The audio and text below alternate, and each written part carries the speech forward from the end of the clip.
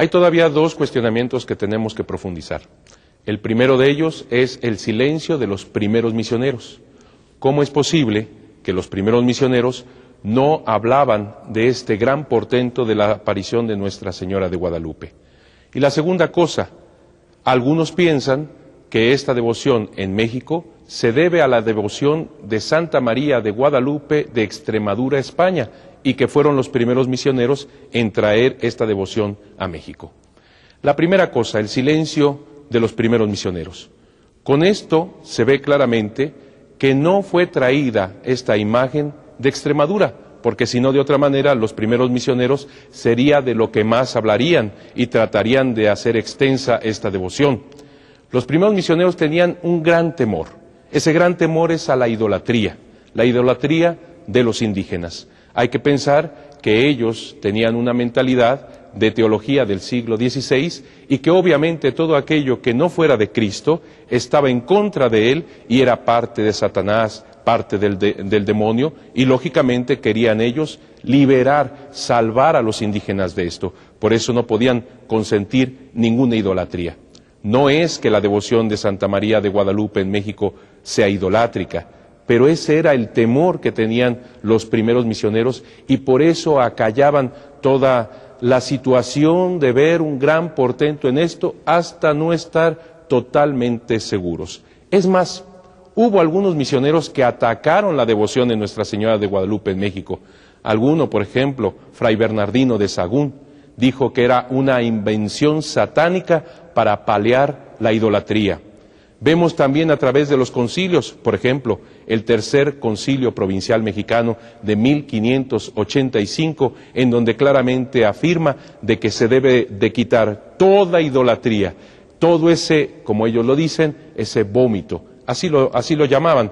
Era tal esta fuerza de salvar a los indígenas que no podían tener de ninguna manera ningún resquicio para la idolatría.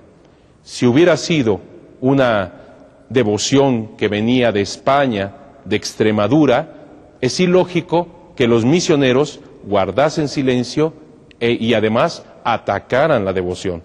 Por eso nosotros sabemos que nace aquí en el Tepeyac esta devoción, tomando el mismo nombre de la de Extremadura, pero que nace aquí la Virgen de Guadalupe. Aquí es donde ella se aparece y es una devoción diferente a la de Extremadura. Tan es así que uno de los primeros misioneros indicaba con toda fuerza que se le llame la Virgen de Tepeaquilla o de Tepeaca para que no se confunda con la de España. Por eso, con todas estos documentos históricos, estas informaciones, nosotros sabemos que la Virgen de Guadalupe es algo que surge en el Tepeyac. Ya hemos hablado de uno de los documentos más importantes, la información de 1556. Ahora hablemos de otro documento que también es sumamente importante, especialmente para conocer quién era Juan Diego. Este documento se llama Informaciones Jurídicas de 1666. ¿Qué es este documento? ¿Cómo se formó este documento? ¿Para qué sirvió este documento? En 1666 se buscaba oficio y misa para la Virgen de Guadalupe el día 12 de diciembre. Para esto, desde la Santa Sede, se pidió información directa, auténtica, de la historia de las apariciones de Nuestra Señora de Guadalupe y, por supuesto, del vidente Juan Diego. Por lo tanto, se dieron a esta empresa y fueron nada menos que a Cuautitlán, donde nació Juan Diego, para buscar a los ancianos, a los viejos de 110, 115 años, que pudieran ofrecer los datos más fiables de esta historia. Así, se entrevistaron a tantos, con notario, con escribano y con juramento de aquel que interpretaba del náhuatl al castellano. Por eso estamos seguros de que esto fue honesto y bien llevado, conforme al derecho. ¿Qué dijeron estos ancianos?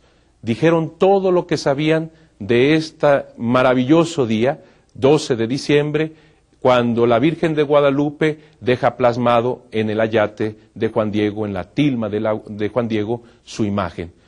habla de las apariciones, habla de Fray Juan de Zumárraga, habla del tío de Juan Diego, Juan Bernardino, habla de María Lucía, la esposa de Juan Diego, habla del mismo Juan Diego, cómo era, qué hacía, cuáles características tenía este gran indígena, santo para ellos. Santo para ellos porque precisamente en estas informaciones de 1666 se le dice a Juan Diego que era un varón santo, un varón santísimo, e incluso los indígenas lo iban a ver para que intercediera por ellos ante la Virgen de Guadalupe. Por eso conocemos que ya en vida Juan Diego era considerado santo.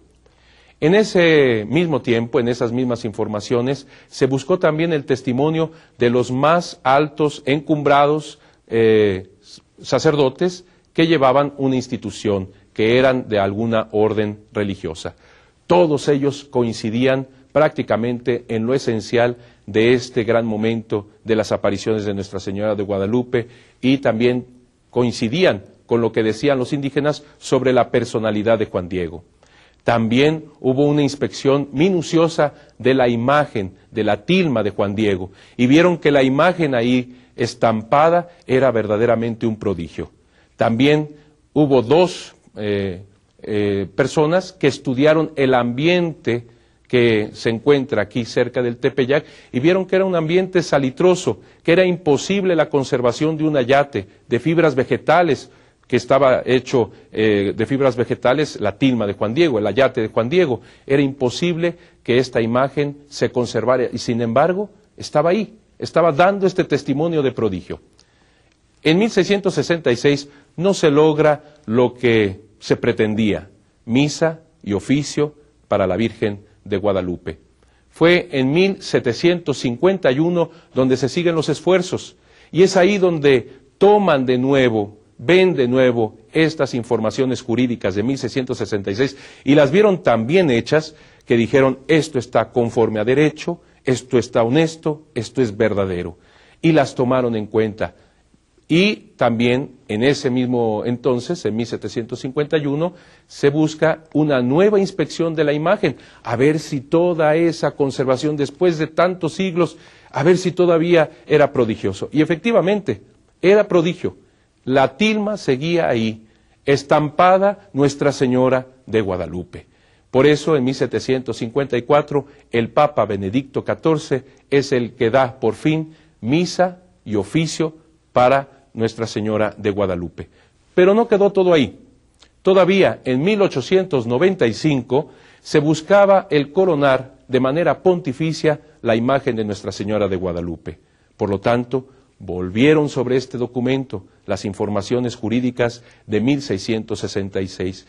Vieron minuciosamente, paso a paso, lo que dijeron los indígenas, lo que dijeron los sacerdotes, lo que dijeron los religiosos, lo que dijeron los científicos de aquella época, tantos siglos antes, y vieron que era verdadero, era honesto, era cierto lo que decía este documento. Tan es así que en 1895 este documento es tomado por el Vaticano, por la Santa Sede, como proceso apostólico, es decir, como si la Santa Sede misma lo hubiera hecho de manera directa. También hecho estaba este documento.